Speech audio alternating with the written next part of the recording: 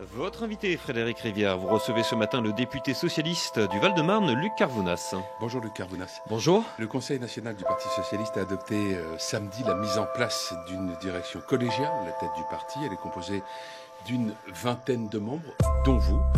Tout d'abord, est-ce que 20 membres, en fait c'est même un petit peu plus entre le noyau dur et la totalité, est-ce que ça n'est pas un peu trop ? Non, je crois pas. D'abord, c'est pas tout à fait 20 membres, C'est 16 pour ce qu'on voilà, appelle le noyau voilà, dur. Voilà.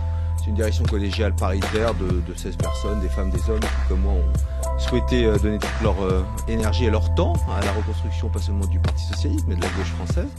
Après, vous savez, moi je n'arrête pas de le dire, la gauche française, elle a pesé 30% au sort du premier tour de l'élection présidentielle. C'est beaucoup de régions, 4, ce sont des villes, des départements.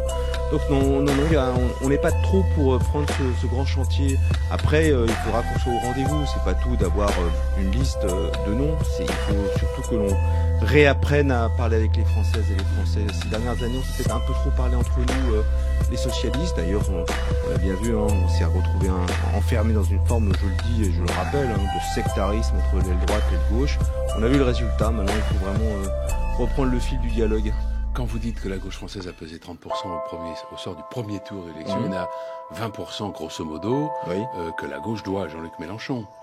Moi, je parle aux électeurs de Jean-Luc Mélenchon. D'ailleurs, ce sont ces électeurs qui se sont reportés quasiment à 100% sur ma candidature.